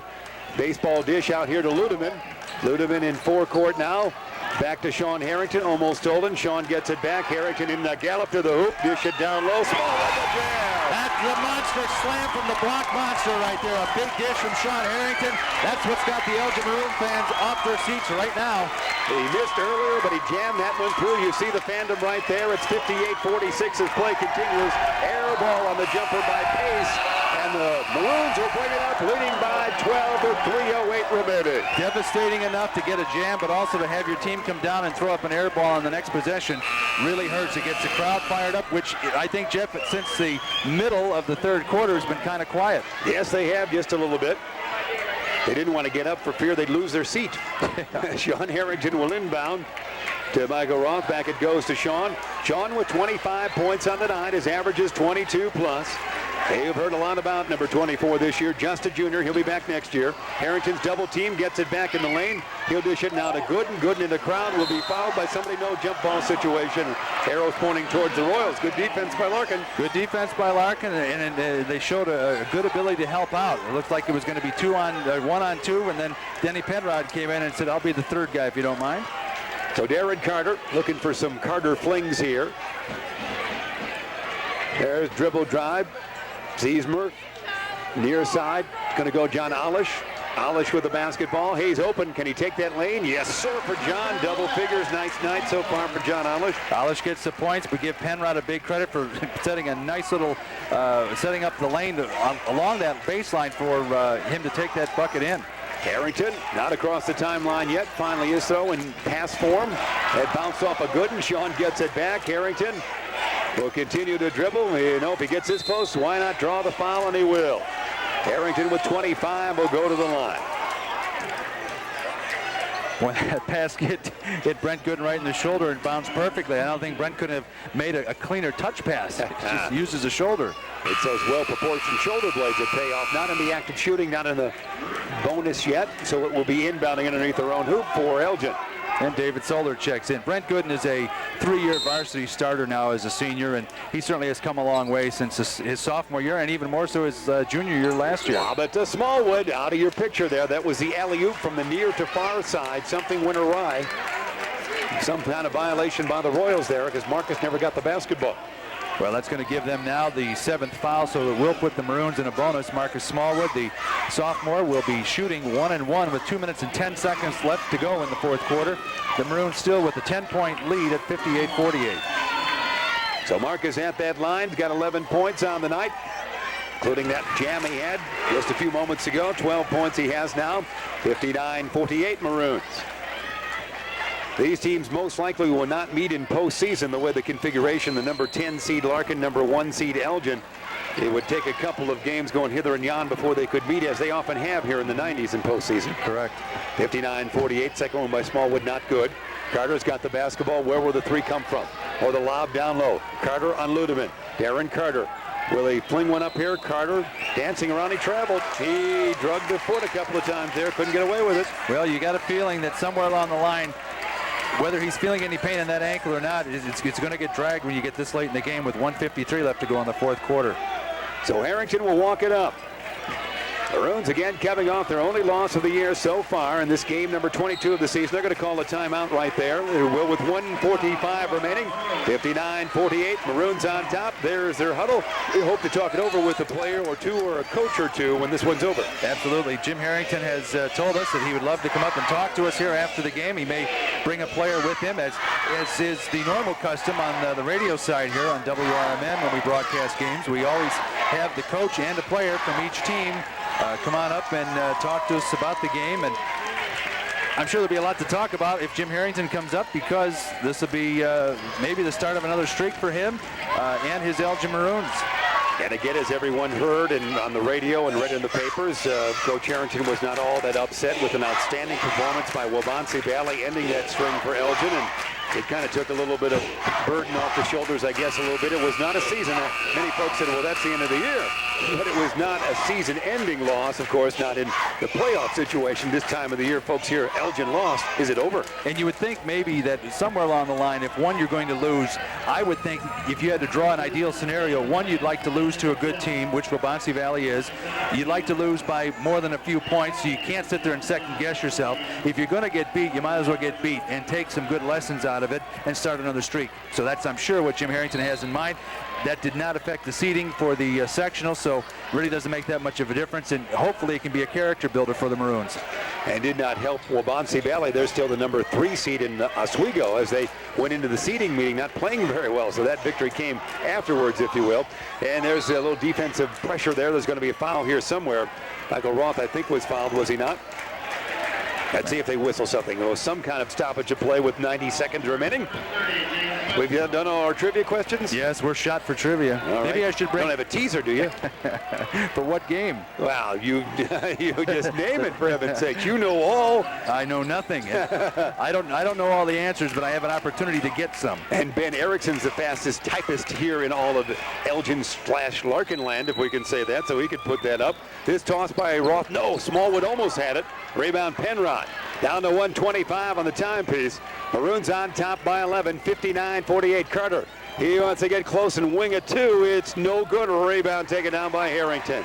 That's the definition of the game right there. Carter misses, Harrington board. And that may be the end of it too, because John Olish fouls the normally a very efficient shooting Sean Harrington, so he will go to the line now with 1:15 left to go in the game. The Maroons with a 59-48 lead, and Sean Harrington going to the line to shoot him up with a 1-and-1. 25 points on the night for the 6'2.5" junior, almost 6'3".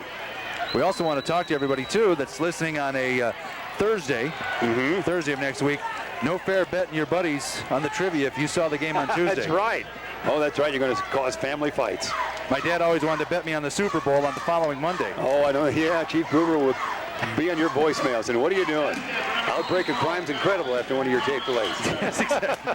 Johnny Olish with a nice putback there, and that gets the Larkin Royals to within 9 with exactly 1 minute left, and it's a timeout for the Royals here. 1 minute left to go in the fourth quarter. Elgin 59, Larkin 50. Olish down with 15 points.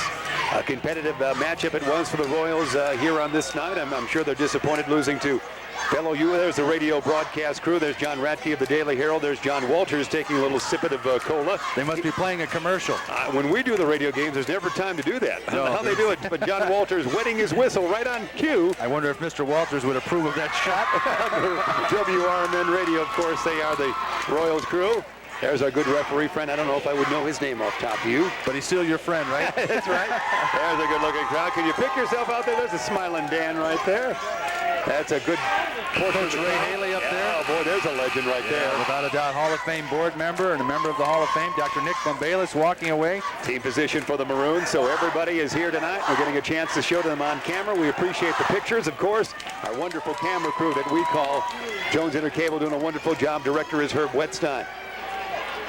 All right, let's see what we have here. Setting up, it's still got some fight. 60 seconds remain. 59-50 is the count. Sean Harrington is going to inbound. Sean, well, not inbound yet. They're after the made basket. They can toss it to Gooden before he finally gets it inbound to Marcus Smallwood. Smallwood will toss it here to Harrington. Harrington, far hash mark. Will he be fouled here? He will fall out of bounds to Smallwood. Smallwood, watch this. Down low. Gooden. Gooden puts it up and in. That's a cap around the night. Gooden with 14. Maroons lead by 11. Unselfish play by Marcus Smallwood, who may have been tempted to go for the jam, but saw a wide open Brent Gooden on the side. Carter can't get the three away. Tries to get it down low to Penrod, and he's latched on to by Gooden, and there's a foul on Brent. 61-50 the score. The Elgin Maroons with the lead with 35 seconds left to go in the fourth quarter. And we see some of the Larkin and, to a lesser extent, the Elgin fans filing out of Larkin High School's gym now, apparently with the victory in hand now, all over but the free throw shooting and maybe a couple wild baseball-style passes. You would think. So there's going to be Penrod at the line. Denny, what do you got, sir? Missed by Penrod here, but that good-looking man standing at the top of your screen to the right with his arms folded underneath that clock. Head Larkin football coach, Mr. Dale Schabert. That's good. Looking forward, I'm sure, to double session starting up in a few months, but it probably feels like a few weeks to him. Penrod second shot, no. Rebound, Gooden. We hear some kind of whistle there. Going to be a violation on the Royals, so they're going to walk it up right to left.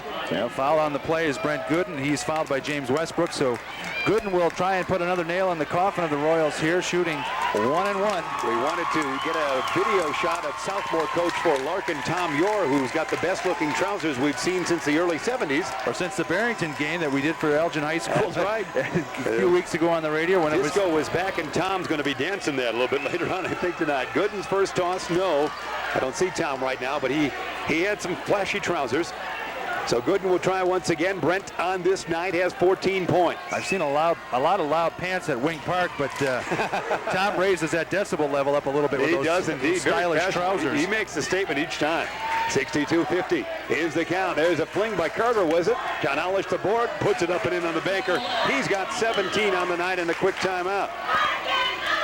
Well, 62-52 it is there. You see it. 25 seconds remain. 25 seconds left to go. And again, it's a tough situation for the Royals. They have to try and pick away at this lead. They have to really expect or kind of have Elgin fall down on their next two possessions to get the ball away. And they can't really take any deuces right now, Jeff. They have to, Larkin, they have to get some threes. They have to start flinging. And again, you take a look at Darren Carter. He's been cold. John Olish started off like a house of fire in the first quarter, and he's kind of calmed down a little bit here too. So for the Maroons, it looks like they're on their way to a good victory. For Larkin, it's a tough double weekend of losses here. They lost a 1-point game to Streamwood last night, and again, that if they lose here tonight, which it would save a miracle finish, will put the Royals at an even 11-11. Can you say that? You can't. Fast. After 22 games, they're 500. How about that? That's better yet said. All right, 25 seconds remain. 62-52 is the count. Maroons on top. They're going to inbound it. Sean Harrington has 25 points on the night. Harrington gets the pumpkin there. You see the field he'll look at as he inbounds, standing right at the R, if you will, of Royals. Inbounding, he does the good, and let's see if a foul takes place there. They kind of box and jive a little bit, and there is a foul. Brent Gooden, I think, is an excellent free throw shooter. He was excellent last year. I don't know if his average is as high this year as it was last year, but statistically, especially for this game, you have to put Gooden on the line, basically because he's had some difficulty his last time out. Yeah, that's on the free throw line. That's what it is. I'm going to write down here for a fan when this game is on. If I can do that and still do the play-by-play, I'm going to get that raise in my Jones Intercable pay envelope for next time. There, I can't rewrite it. Gooden with the basketball. They could double my pay, and that still wouldn't be enough. That's right. Because 2 times 0 is 0, isn't That's it? right. No need to call a press conference. Gooden misses them both. He matches your pay scale. 62-52. Carter landed 3. No, sir. Rebound taken down by no one. Battled for. Who's got it? Everybody's down. Jump ball situation or foul. Let's see what they whistle. 12 seconds actually remaining, and was it a timeout as he was skidding? What was it? It looks like it was a timeout. Brent Gooden called a From timeout. his backside, he called a timeout, not falling out of bounds, but skidding on the backside. It's amazing what TV does, huh? I guess so. Yeah, we had to get one more timeout. One more trivia question for the boys in the booth. This would be a Kimball Middle School trivia question. That's right. We've had so many stoppages in play since the 1 minute mark. But it's good to see both teams still hustling as well. Denny Penrod diving for the ball, Brent Gooden diving for the ball. You know, you can kind of take a look at other teams, especially in the upstate 8 with 12 seconds to go and your team leading or being down by 10. You usually don't find people diving on the floor for the ball. Oh, you know, there you see some of the cheerleaders, Elgin High cheerleaders. We move back to action. 62-52, Ludeman will inbound. Ludeman, baseball toss to Harrington. He's out of the field. We got to pick this up camera-wise. Sean lays it up and in. Everybody was sleeping. Harrington got the dish, puts it up and in for 2. He's got 27. Boy, that puts the ribbon on the package, huh? Yeah, I think so. Carter, no, that's it right there. Alice shot, no, it's all over. It is going to be a final that sees the Maroons win by a final tally of 64-52. Sean Harrington with 27. And 64-52, we see the fans filing out.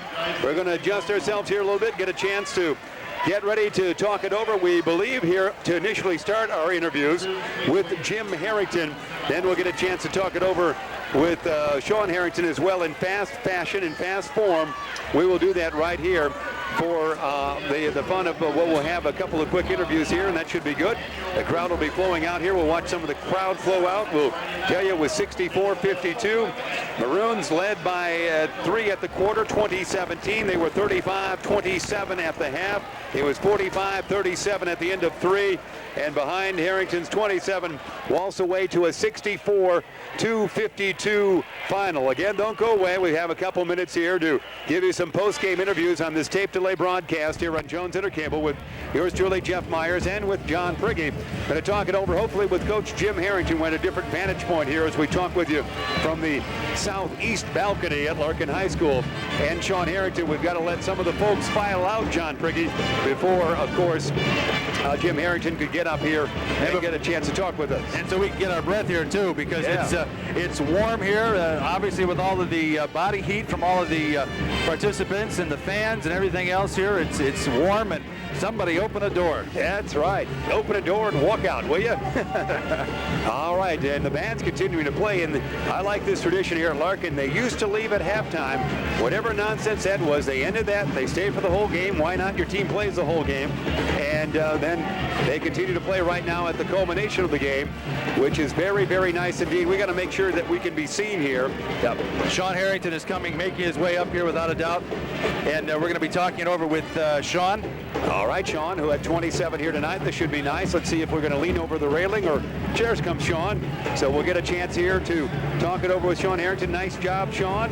And we're going to step right in here, and we're going to put Sean on camera a little bit. And congratulations, Sean, on another wonderful game. I know you want to do well against the Royals here tonight. This is a big win coming off of last night, and we just wanted to prove that we're a great team. We said just come out and win this game and show that we're still the best team out there.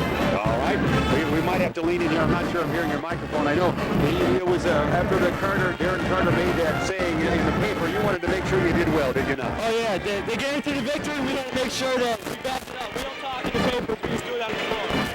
And that's always true, you know. I'm sure Darren, some of the disappointment of the season, he wanted to make sure he could shine this one night. You're good friends with Darren, aren't you? Yeah, we've been good friends since about middle of 6th grade, and it's been a great matchup between the two of us for the last 3 years now. Congratulations. How did you feel at the disappointing loss on Friday night, February 6th against Waubonsie Valley? What was your thoughts? Well, it was a rough loss, and we always want to win, but it kind of took some weight off our shoulders, and we thought maybe that the pressure at number 1, might have been getting to us, and now we can just play ball like we were at the beginning of the year. All right. Well, congratulations to you. Nice job. Sean Harrington with the 27. Nice job, Sean. You go get him. Got to talk to the press. What we're going to do for Coach Harrington as we talk with you here, I don't think this one microphone's working so well. I'm going to pass this particular microphone to Coach Jim Harrington. We get a chance to talk with us. There's John Prigge right there. Yours truly, Jeff Myers. I'm not sure if you heard all that, but of course, Sean with the 27 points. He was just telling everybody after the disappointment of last night, you want to go out there and do it on the court. You don't want to say it in the newspaper or, leave it behind in the locker room. Sean went out there and did a nice job. He looked like a much different Sean Sean Harrington than what we've seen here, at least in the last 24 hours. He a little more jump in his step coming up here after the game. I mean, a big victory will do that for you. And as everybody has said in the paper after their loss at Elgin High School against Waubonsee Valley, it was kind of lighthearted. It was kind of a light atmosphere. It wasn't a deep, depressing loss for the Maroons, and they came back strong and did an outstanding job here tonight, defeating Larkin 64-52 here at Larkin High School at 1475 Larkin Avenue.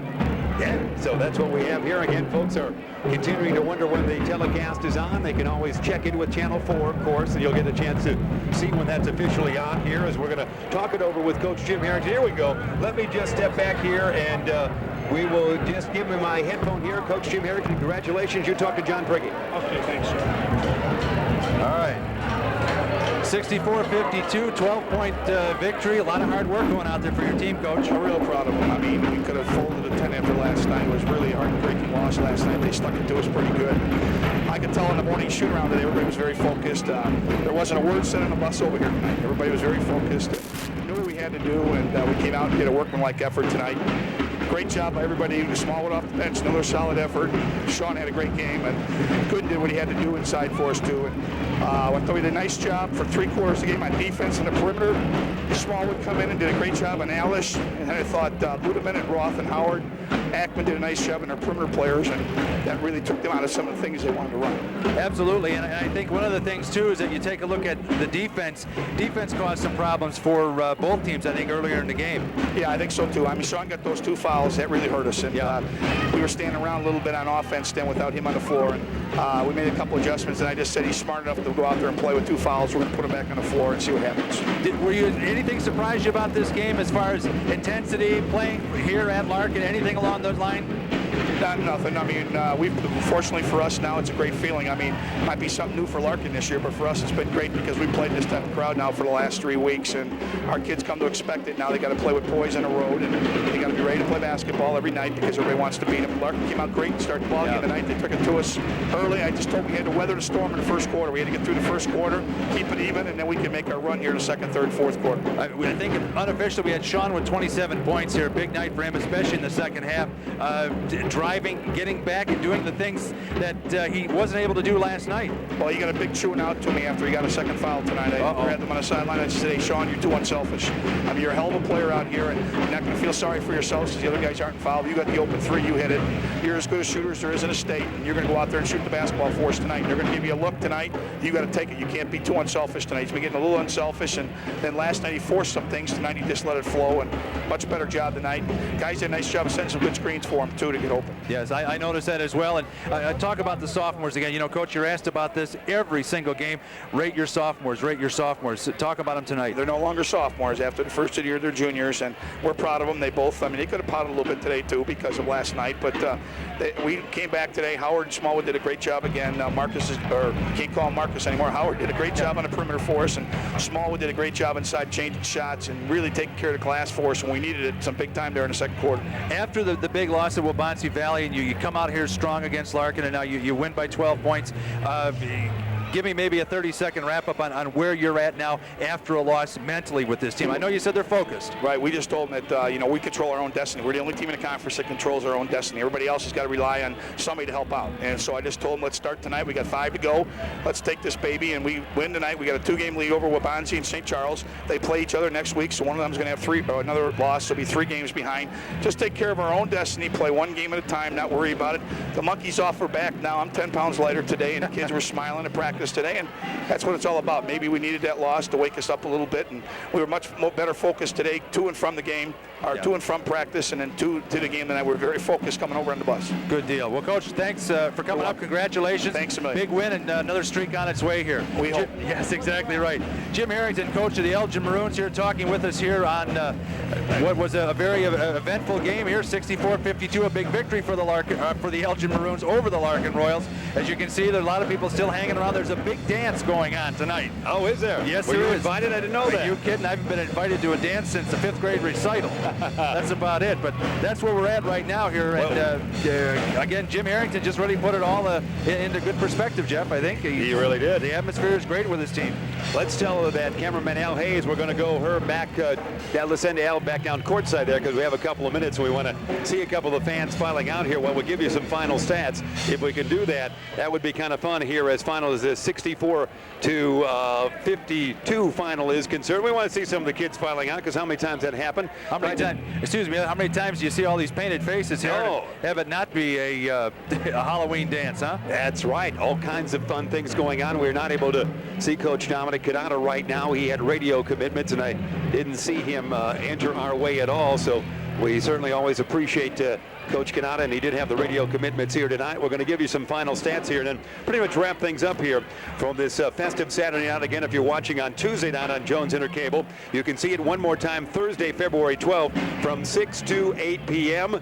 And we appreciate that. Let's give you some stats here as we get out of here. John Onlish had 17 points for the Royals as he had an outstanding game. It was 10 points for Darren Carter, all of those taking place in the second half. Denny Penrod had 10 points, 8 points for James, make it 9 points for James Westbrook, I would have. We checked that real quickly. Have to check James, might have him missing a point or two. Clayton Thomas had a point, and that should be your scoring for the Larkin Royals. For the Maroons, we heard from Sean Harrington, or a little bit we did. He did seem delighted with his efforts, as you mentioned, John Prigge. He ends up with 27 points on the night. Has not had a big game like that in a while. A year ago in this same game, had 41 points, so that's usually the course for Sean. He and Darren Carter are good friends, as we said, so it's always good when they do battle against each other. So Sean ends up with 27 points, 15 points for Brett Gooden. Marcus Smallwood, another good game. He's had several games back-to-back. As you get, this is my best side here. That's right there. Look over your I'm right. at the school dance. Oh, I tell you, took it away. Maybe you need to look over your right shoulder. I saw the camera Too there. late. Yeah, I saw the camera almost there for a moment. Has my backside there on the camera. It was good. Thank you, Herb. Marcus Smallwood with 12. I want to see some young kids, not me. Okay. And then Mike Ross had 5 points. Marcus Howard had a couple of points as we wrap things up. And what the heck, 64-52 was the final. Our thanks to Val McPeak, of course, for, well, not the greatest sight lines as far as doing a television game here was concerned, but we were squeezed into a facility here at Larkin. John Prigge, as we bring you in here to say goodbye, where it's fun to have a full house, and what the heck, as long as we're here and semi being able to call it, that's some of the fun. Absolutely, and a nice victory for the Elgin Maroons and a tough loss for the Larkin Royals. But taking a quick gander at last year's record for the Larkin Royals, everything right now has got to be gravy, and it's got to be part of a good program building thing for the Larkin Royals to come from a 4-win season last year and now having 11 wins, and we're still, where are we, about midway through the month of February. Well, let's have Al Hayes here. If he takes one more step back, see, you saw him there in that one shot. He could have stepped back. Yeah, it's going to be for Larkin. They've got to once again rework it here. I'm sure they're disappointed with that Streamwood game. When I saw that score on the Saturday morning before this game, I said, my gosh, that's a low-scoring game. And again, wonderful coach at Streamwood. We saw that against the Maroons. Chuck Schrader. They slowed down Sean Harrington. They trapped him. They really stopped him a little bit. So to have Streamwood, a young and upcoming team, if you will, and they've got a good big man down low in that 39-38 final, perhaps in both cases to a certain degree, both teams were looking to this Saturday night game. You never know. Exactly, and I think that, if you look at it from Larkin's standpoint, they probably wish that Waubonsee Valley didn't beat Elgin. They probably wanted to lay claim to him themselves, or maybe that would have been a big inspirational thing for them. And from Elgin's standpoint, I'm sure they would have preferred not to have lost, but last night or Friday night when they lost to Waubonsee Valley, it was a learning experience, and that's what high school athletics is all about, or so I've been told. I think so. Well, our camera light will get lower here because we're running out of lights here, and Val McPeak saying, get out of here, kids. So we're going to say goodbye, repeating the final 64-52 in the dark. That's John Prigge right there.